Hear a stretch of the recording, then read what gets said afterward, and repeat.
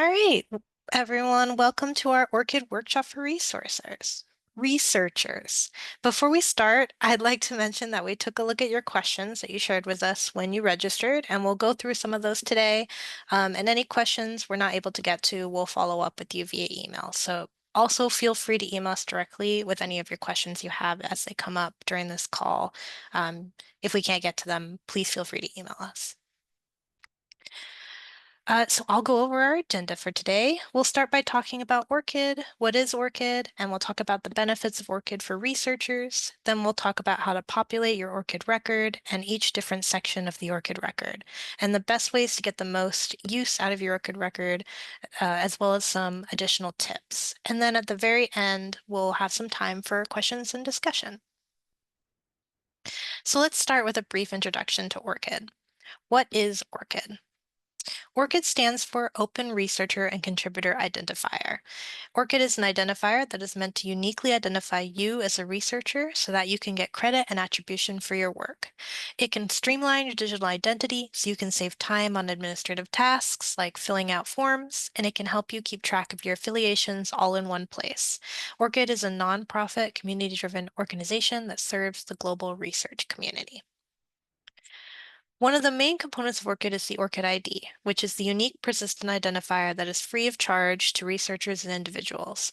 An ORCID ID is a 16-digit number that is unique to the individual. It distinguishes researchers from each other and is free for anyone to use. So here's an example. We have Paolo's ORCID ID. You'll notice it looks like a link, and that's because it is. This ORCID ID will link directly to his ORCID record. So if we click on that link, we're taking to Paulo's ORCID record, which is populated with information similar to what you might see on a CV or a resume. The ORCID record includes information about the individual, their employment history, education, and works, as well as many other things. And I'll briefly mention what could be found within an ORCID record now, and Paulo will go into more detail later in the presentation about each section.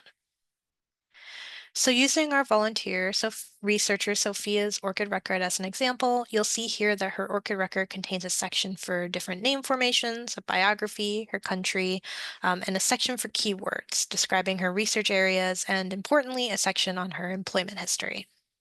So if we scroll down through her ORCID record, we start to see the other sections, her education and qualifications, her professional activities, such as her membership, service, distinctions, and invited positions, what funding she's received, any research equipment she's used, her works, which include publications she's written, and then lastly, at the very end, her peer review activity.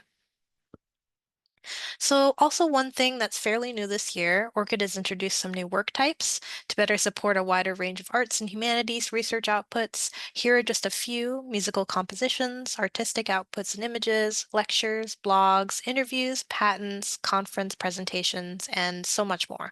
The user experience has also been manually entering work type information has been improved. So that makes this process slightly more user-friendly. And another new thing is the ability to highlight works in the featured works section of your ORCID record. So featured works is a new addition to the ORCID record. You can select up to 5 works, and they'll be displayed prominently above the works section of your record. So here you can see Paolo has a featured work displayed in gold right above his other works. The featured works will also be denoted by that little star icon beside their title. So you can see that at the top and then also in his works section.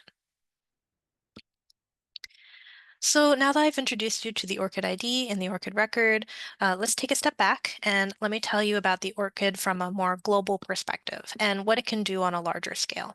You as a researcher may work and let's say a professor or a faculty member at a university, which means you work closely with your employer, tracking your achievements in research. And then when doing research, you may apply for grants, which means you'll work with a funder to apply for those grant awards. And then when you're ready to publish that research in a paper or a journal, you'll work with a publisher to publish that work.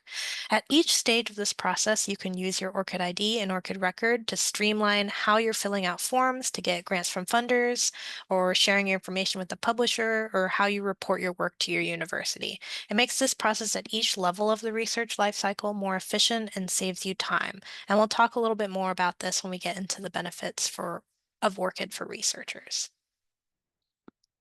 And of course, how can you get an ORCID ID? This process is very quick and easy. It takes less than 60 seconds to register for your ORCID ID, and we'll post that link in the chat for those who are interested in registering. So I talked about what ORCID is, what the ORCID ID and the ORCID record is. So let's talk about those benefits.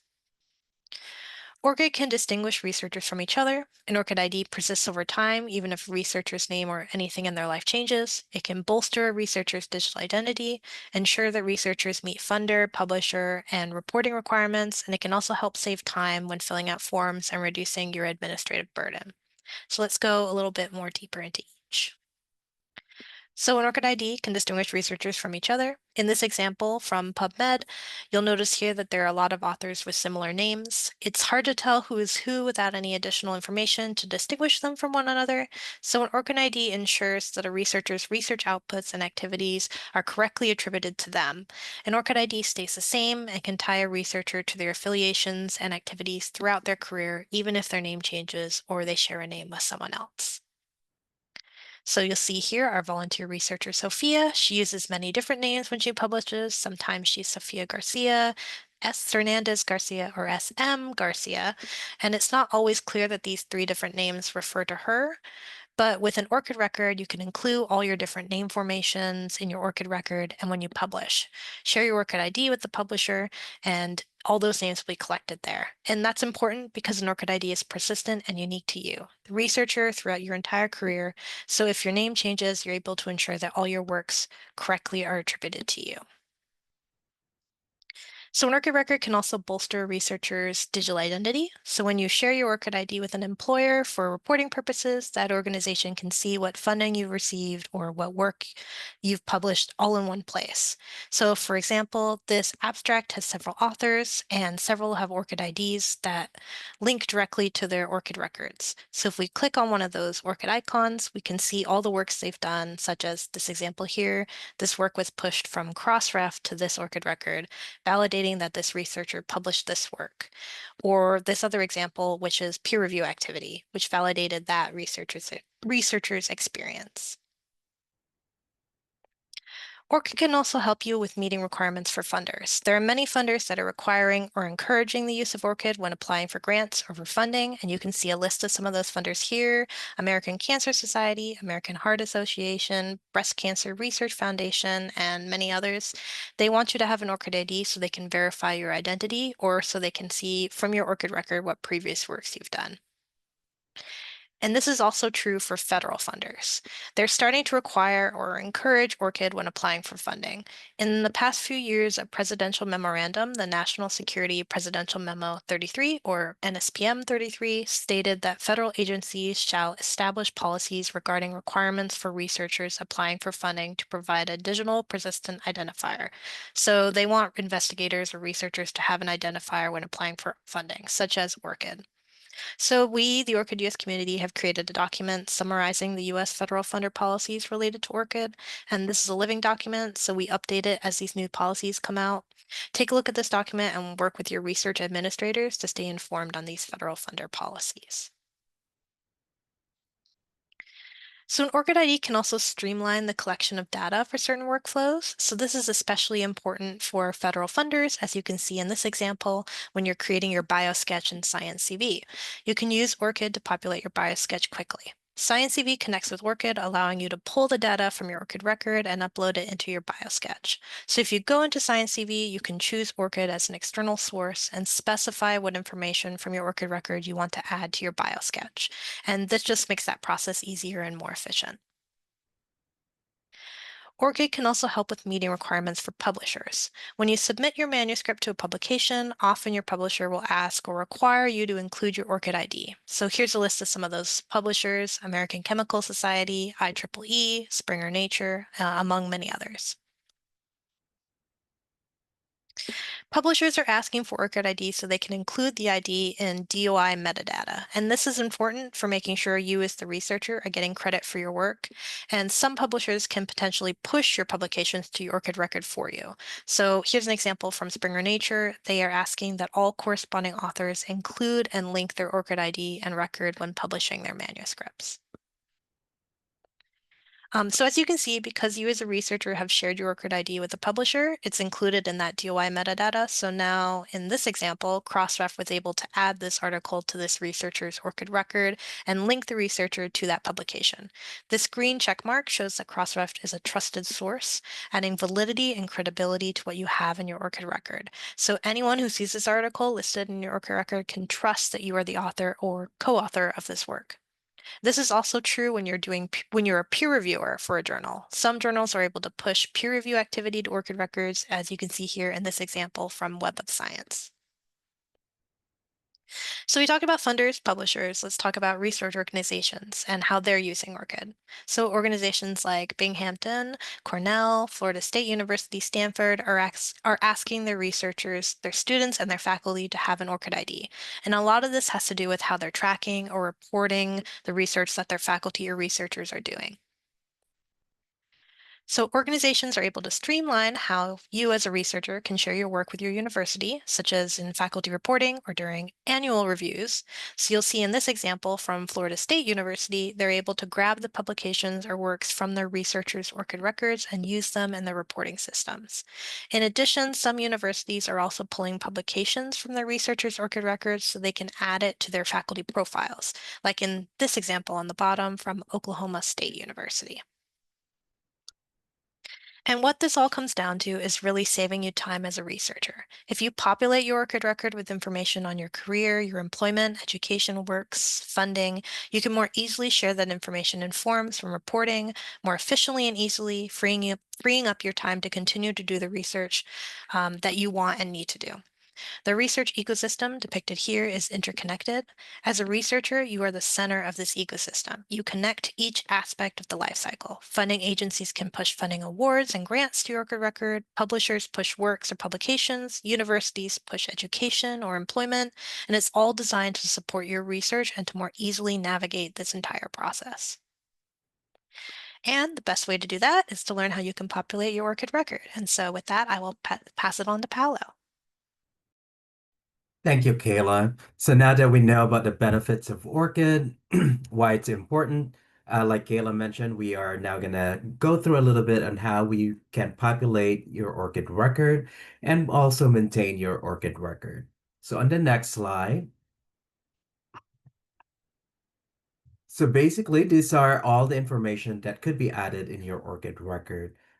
So we kind of gone through some of the sections a little bit earlier, but these sections are basically your biographical information, employment, education and qualifications, invited positions and distinctions, memberships and service, funding, works, and we also have peer review and research resources. Now, those last two, just something to keep in mind that are only available when a researcher, or I should say, when an organization pushes that information to your ORCID record. So the top ones can be added by either you or an organization, but the bottom two sections, like peer review and research resources, are only available in your ORCID record when an organization pushes that information to your ORCID record.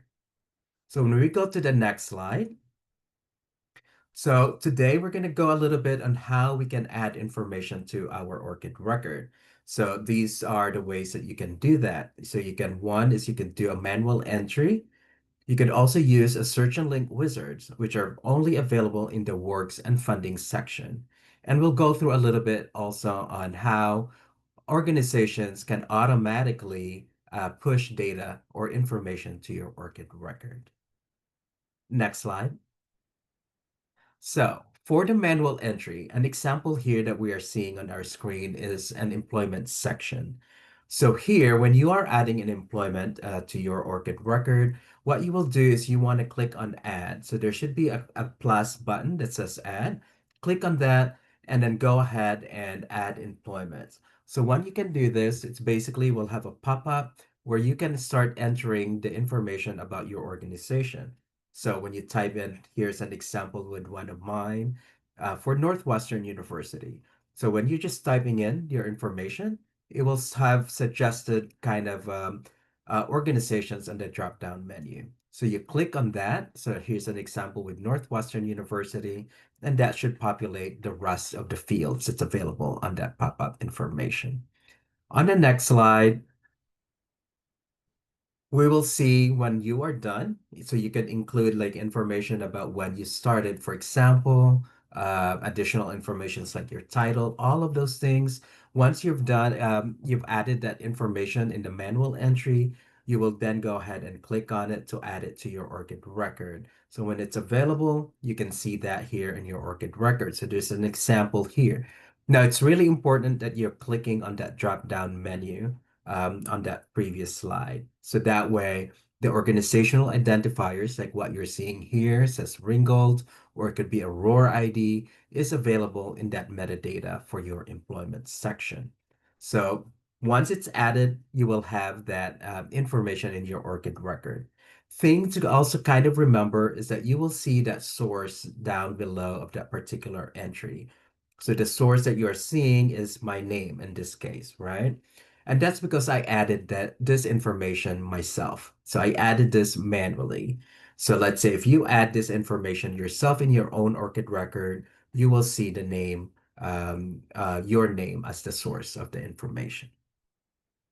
On the next slide, the other entries that you could do, or other manual entries that you could do in your ORCID record. So pretty much all the other affiliation sections of ORCID works the same way. So the way that we added employment can also be applied on the way that you would add education, for example, or qualifications, invited positions, distinctions, memberships, and service.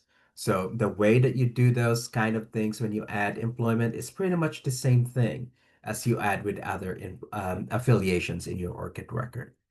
Other areas in your ORCID record that you could manually add information to is, of course, the biography, the also known as section, which is basically the different variations of your name, like Kayla mentioned earlier. You can also add country. Keywords here is really sort of like the keywords that relates to your research interests, for example. So you want to add that information as well. You could also add websites and social links. So things that say if you want to add a LinkedIn, your LinkedIn, for example, you can grab that URL to get to your page to LinkedIn and then add it to your ORCID record. So those are the things that you could add manually in an ORCID record. On the next slide, we are going to go through a little bit on what we're calling a search and link wizard. So an example here is adding works. So a search and link wizard is a really good way to add information to your ORCID record, especially on the work section and the funding section. So those are the two sections where a search and link wizard are available. So essentially, a search and link wizard is a built-in tool within ORCID. So when you do this, click on add, and then click on Search and Link Wizard. And then on the next slide, there will be on the next slide here, you should see go back. Sorry about that. Okay, one more. Thank you, Kayla. So when you click on that search and link wizard, there should be a pop-up that will appear. So these pop-ups are basically the different search and link wizards that are available in ORCID. So for the work section, for example, you will have, say, a Crossref metadata search, DataSite, EuroPubMed, for example. So other search and links wizards here as well. So search and link wizard are, like I mentioned, are built-in tools within ORCID. And what you can do here is you can import, essentially kind of like claiming your publications and add it to your ORCID record. So this will make it easier for you so you don't have to type in every single citation, for example. Instead, you could kind of go through a search and link wizard and claim a particular set of publications or citations that related to what you have done. So the things that you have produced, the works that you have done throughout your career. So an example here, we'll go through a little bit, is the Crossref metadata search. So if you click on Crossref metadata search on the next slide, we should see you should be brought to an authorization page. So all of the search and link wizard works this way. So basically, when you click on that, which particular search and link wizard that you want, it will take you to an authorization page, an ORCID authorization page. And what this is that ORCID and Crossref in this instance is asking for permission that they can access your ORCID record. So basically, if you want to add the publications to your ORCID record, you basically have to give an authorization to Crossref that they can do that. So an example would be updating your ORCID record, for example. So when I click on this, you will say click authorize access. On the next slide, it should take you to Crossref itself. So the Crossref metadata search. So that first photo that you will see here, you can have there should be a search box. So you can search by your name, for example, or a DOI, or it could be a title of the article. The easiest way sometimes is just searching for your name, and that's what I did here. So I search for my name, and then the different site publications should come up. You can search for, look for the ones that's the publications that you've published, and then on the bottom of that particular entry, there should be an ORCID icon, and then a phrase that says "Add to ORCID." So click on that, add to ORCID, and then it will prompt you to say add work to ORCID. It will ask you if you want to do that. You can either say no or yes. Of course, we want to say yes because we want this citation added to our ORCID record. So once you said yes, that particular entry will then change to in your ORCID record or in your record. So that means it has been pushed to your ORCID record. And we will see that on the next slide here. So this is what it would appear, how it appears in your ORCID record. So once you add a citation from Crossref to your ORCID record, it will pull in all that metadata and then it will appear in your ORCID record. So you'll see the title, the journal, all of those things, the issue, basically the information that's related to the particular publication. And then let's point to again to the source of the data. It will then say that your name via Crossref metadata search. So that's my name here via Crossref metadata search. Again, Crossref metadata search is the search and link wizard. So if you do the same thing for like EuroPubMed, for example, it would say your name and then Crossref metadata search. Things of note here is that if you have publications in PubMed, for example, you can also just use EuroPubMed. The data in the EuroPubMed, the publications that's available there are pretty much the same as what you would get at PubMed as well. So you can use EuroPubMed in this case. All right, so let's move on. On the next slide, here's an example. I think we're just gonna kind of just show this or mention this really is that a search and link wizard is also available in the funding section. Essentially, it will work the same way as the other search and link wizard. So you would click on add and click on search and link wizard. And let's see what we get on the next slide and see if this is um, in the funding section, there's only one search and link wizard available, and that's Dimensions Wizard. So Dimensions is probably a familiar name to some of you already, but there's a built-in tool in ORCID that says Dimensions Wizard, and this is where you could search for funding, for example, that you may have received, and then you can add that to your ORCID record. All right, on the next slide. So we've talked a little bit about the manual entry. We've also talked about the search and link wizard. The third option that you could also do is connecting with the different organizations that are pushing information to ORCID. So those are what we're calling trusted organizations. So essentially what you would do is you trust that organization to make changes to your ORCID record. So let's say, for example, you're connecting with a funder. So let's say you received a grant from American Heart Association. So you would grant American Heart Association to make changes to your ORCID record. So that way they could essentially add information like the funding award that you received from American Heart Association to appear in your ORCID record. So that's a trusted organization. So these are some of the examples of what you see on my ORCID record, for example. So you will authorize a particular organization that you would like to give permissions to.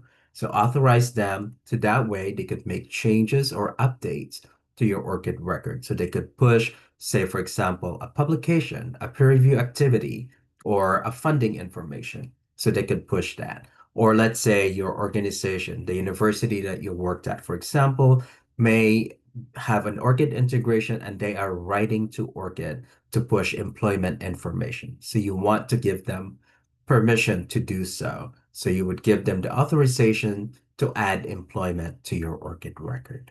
And these are just some of the trusted parties in my ORCID record. So you'll see like Clarivate, for example, Crossref Metadata Search, Dimensions Wizard, DataSide. And like I said, if I received a funding from funding agencies that are connected with ORCID, I would give them a permission or authorization to add that information to my ORCID record. All right. So now on the next slide. So now Kayla kind of talked a little bit about this earlier, about how you would see like a check marks in your ORCID record, for example.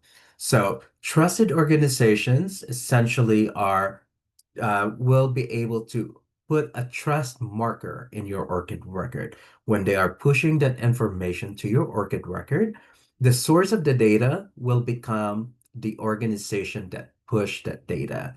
So we saw earlier that the source of the data is myself when I added it manually. We also saw that um, the source of the data was myself and the search and link wizard because I added that myself. Now, this time around, an organization added the information to your ORCID record. So here, like Binghamton University added employment to somebody's ORCID record. American Heart Association added funding information to an ORCID record, and Vivly added publication to an ORCID record. So all of these organizations are the source of that particular entry in your ORCID record. So when you are connecting with different organizations and they're pushing that data, they will become the source of the data. And that's what we're calling a trust marker here. Um, Essentially, like Kayla mentioned, is creating additional credibility and validity to the entry itself and to your ORCID record. All right, on the next slide.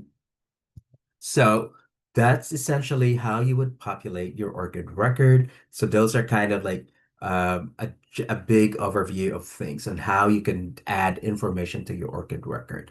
Now we have some additional tips that you can also take with you that will also help you add more information to your ORCID record or even maintain it down the line as well. All right, so on the next slide, one of the things is you could add multiple citations at once to your ORCID record. Now, this is really important, for example, if you don't have an ORCID record yet, right? And you already have a lot of publications or a lot of works that you want to add. One of the things that you can do is you could create a bibtex file out of the citations that you have. For example, let's say you have a Google Scholar, for example, profile. So you could grab that all of that citations in your Google Scholar and upload that to ORCID. So that's an example of a batch upload of citations to an ORCID record. But you can do this also, let's say, with your citation management system like Zotero, for example. You can change it into a bibtex file and upload that file to ORCID. So that way all of your publications can then be added to ORCID at once. So that kind of makes it easier for you a little bit to populate your ORCID record. So that way you're not entering it one by one, for example. All right, on the next slide, another tip here is that you could assign somebody as a trusted individual in your ORCID record. So other words that probably relates to this are probably like, if you probably heard like a delegate, for example. So like in Science CV, you can have a delegate, somebody that could create bio sketches for you kind of thing. So in ORCID, you can have a trusted individual. A trusted individual can essentially make changes to your ORCID record. So they could add information to your ORCID record. So you've given them permission to do so. So something to keep in mind that trusted individual also need to have an ORCID ID. So, and ORCID is free to anyone. So you can always have somebody have an ORCID ID, and then you can add them as a trusted individual in your ORCID record. This is very helpful. For example, let's say you have assistants that can help you, for example, or maybe if you want to give a trusted individual to your research administrator, for example, you can certainly do that. So there are definitely other individuals that you can give permissions to. An example here that you'll see here is that I have my colleague be a trusted individual in my ORCID record. So they could potentially make changes, add information to my ORCID record if needed. All right. On the next slide, we talked more about this earlier already about trust markers. So just keep that in mind. So basically, the check marks is really a trust marker in your ORCID record, and that creates credibility and validity to your ORCID record. So you want to make connections with an organization, for example, so that way if they are pushing data to ORCID, they become the source of the data. And that's essentially how a trust marker is made. You could also add your email domain as well, or your email address. So if let's say you work at the university, when you are putting, adding an email address in your ORCID record, you can add that as one of your emails for ORCID. So like the university domain email address, so that way you can get that check mark. An example here that says lyricist.org. So I added my lyricist.org email address here. So you'll see that check mark as one of a trust marker. So this is really good to kind of think about as a researcher. So that way you have those check marks in your ORCID record. All right. On the next slide, um, now a lot of these things is really about the researcher. The researcher or the individual is really at the center of ORCID itself. So the individual makes connections with the different organizations, make connections with the different systems across the research ecosystem, right? So with that, the researcher or the individual has full control of their ORCID record. So you can make that connections with other organizations. You have full control on giving them authorizations, for example. Now, in your ORCID record, you could also control how that appears. You can make it publicly available, which is majority of ORCID users do. So that way, everyone could take a look at, what your publications, where you worked at, or your education, all of those things. So that's publicly available. Another option of setting your visibility is what we're calling a trusted organizations. Trusted organizations are essentially the organizations that you have given permissions to. So the organizations that you have given authorization to access your ORCID record. So let's say if I give an authorization to um, American Cancer Society, so they have access to the data that are only meant for trusted organizations only in my ORCID record. And then finally, you have an option to also make this into only me. Only me is really private. So it's basically just you as a ORCID user, as an individual, can see that or that information in your ORCID. So it doesn't work as well in terms of like, if you want other organizations to have access to the data or to be able to see that you worked here or you have this publication or you received this funding. So they're not going to be able to see that if you have that everything set, or if you have that particular your ORCID record, or if entry in your ORCID record is only set in private.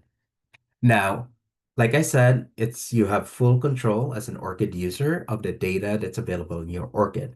You can control your ORCID record, the full ORCID record, to be set to everyone, trusted organizations, or only me.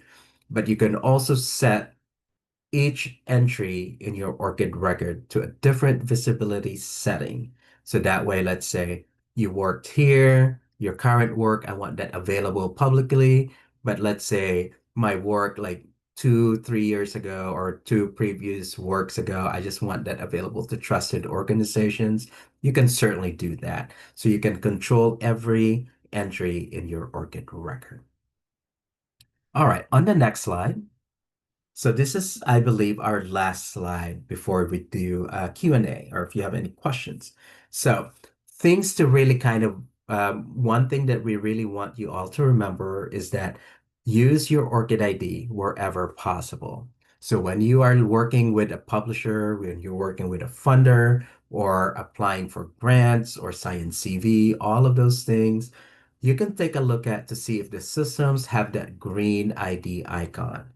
When you see that, that's typically kind of prompts you a little bit that there's some sort of ORCID integration available within that system.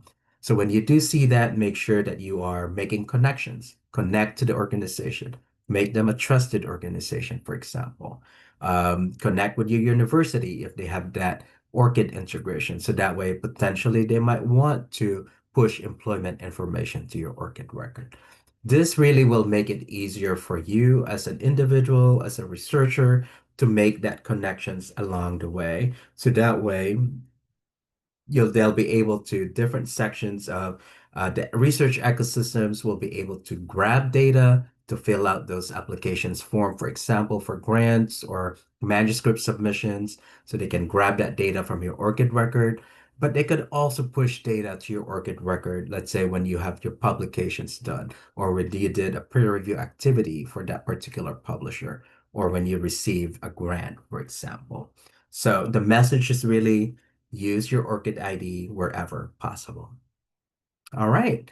And on the next slide, I think we're gonna, um, these are just additional resources for you all. So we will share this slide deck with you as well as the recording. There will be additional resources within this slide deck that you can take a look at.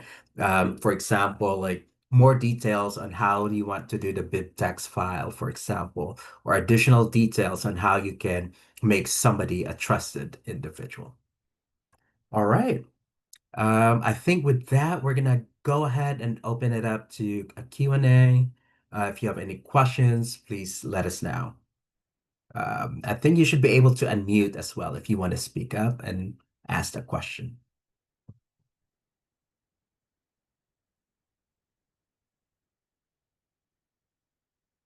Any I have question? I have a question. So Yeah, yeah, if we use our ORCID ID to log into funders' websites, does that mean can we still be private in the visibility setting or no? you can. So the visibility setting is really up to you on how you want to do that. So if you want to control your ORCID, like if you say, I want the visibility setting of my entire ORCID record private, you could still use your ORCID ID to make that, to do a login, for example, for Proposal Central or a funding system or Science CV, something like that. It's really the data that you are controlling inside, but you should still be able to log in using ORCID. Oh, thank you. And they can also still push things into my record if it's private. That is correct. They Oh, should okay. still be able to push information to your ORCID record. However, if you have that full record, as I believe, if it's all private, it's just you that's gonna see it. So, Okay. yeah. But you can control, like I said, you can control each entry in your ORCID record. So that way, if you want some things hidden or some things private, but some things are publicly available, you can certainly do that. Yeah. Thank you so much. Yeah. Of course. All right, so we have some questions here. Um, yes, so we will share the links as well on the follow-up email. On when we send you the recording, we will share the links that we shared on via chat as well. So that way you'll have that. Great. Let's see what else. Validate information in ORCID. So mechanisms in place to validate information in ORCID. What if someone falsely claims education of service? What if someone claims to be an author of someone else's research?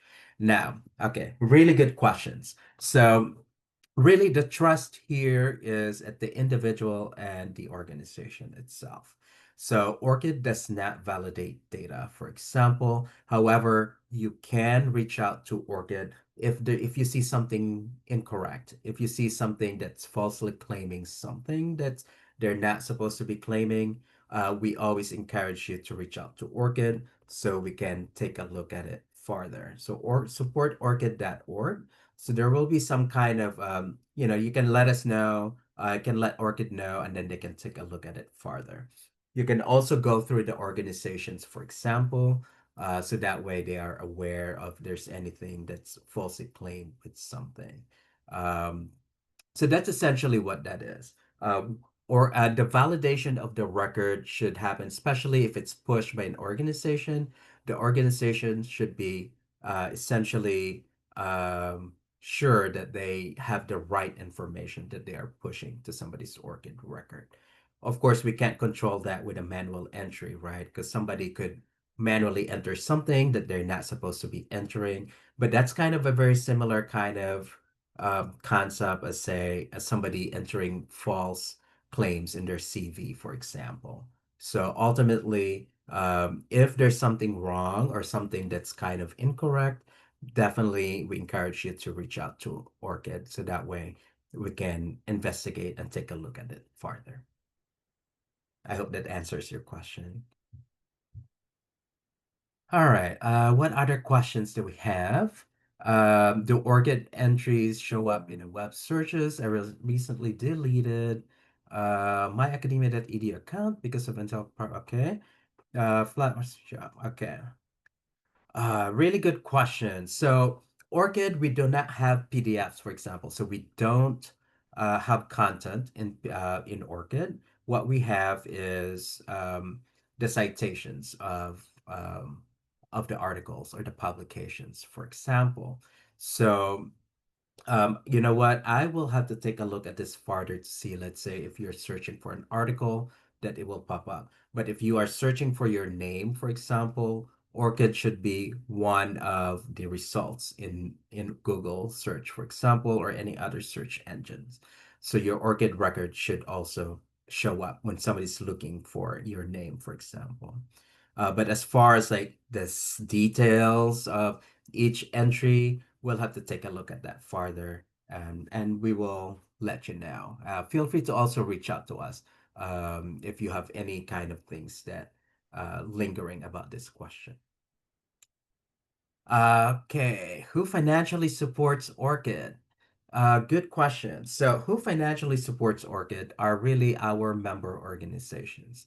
So, ORCID for researchers. So if you are creating your ORCID ID, that is free to you as an individual. That is free to researchers, to a contributor, to basically to an ORCID user. It's free to create an ORCID ID.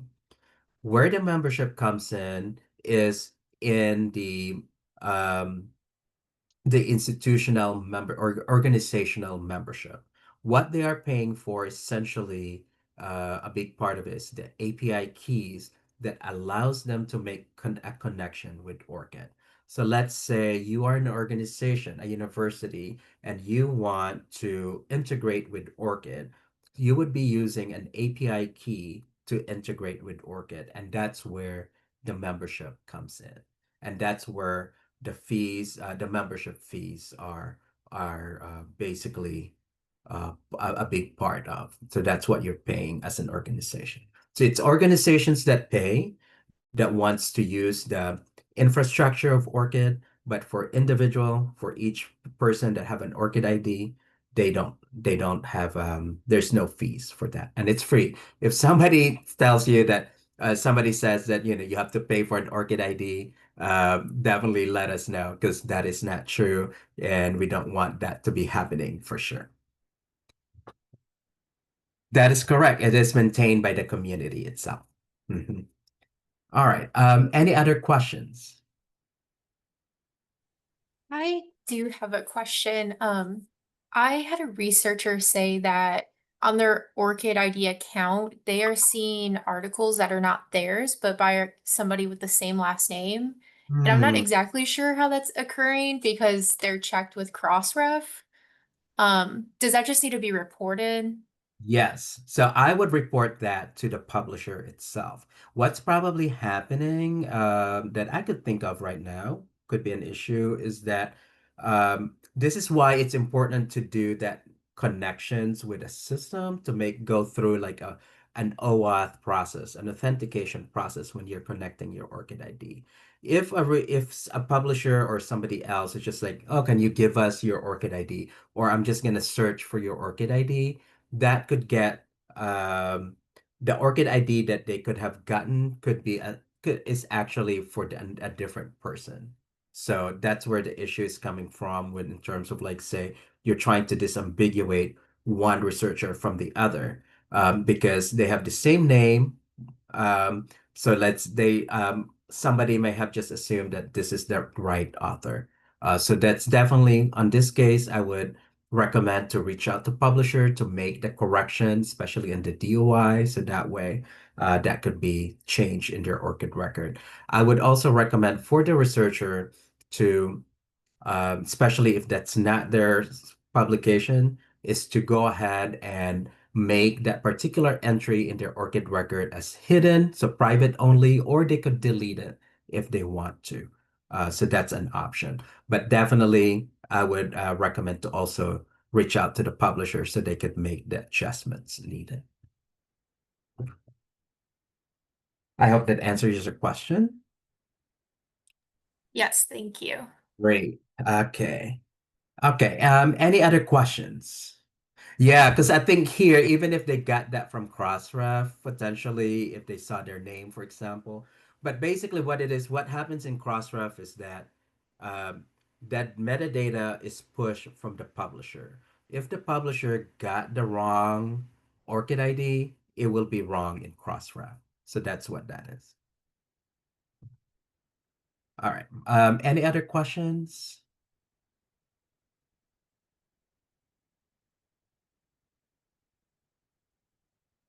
Okay, great. So again, we will go ahead and we will definitely email you all with the recording as well as the slide deck. We will also include the links that we shared today and maybe and some additional information that is relevant to you all. If you do have any questions or want some follow up on certain things that we may have not answer your question today. Oh, and also on the registration form, there were some questions there as well that we are planning to respond to you directly. So if you didn't get have that conversation today, we will respond to you with an answer to your questions that you added to the registration form. But thank you all for joining us here today. Just reach out to us at any time if you do have any questions, additional things that you want to learn more about ORCID. Don't hesitate to email us. Great. Thank you all so much.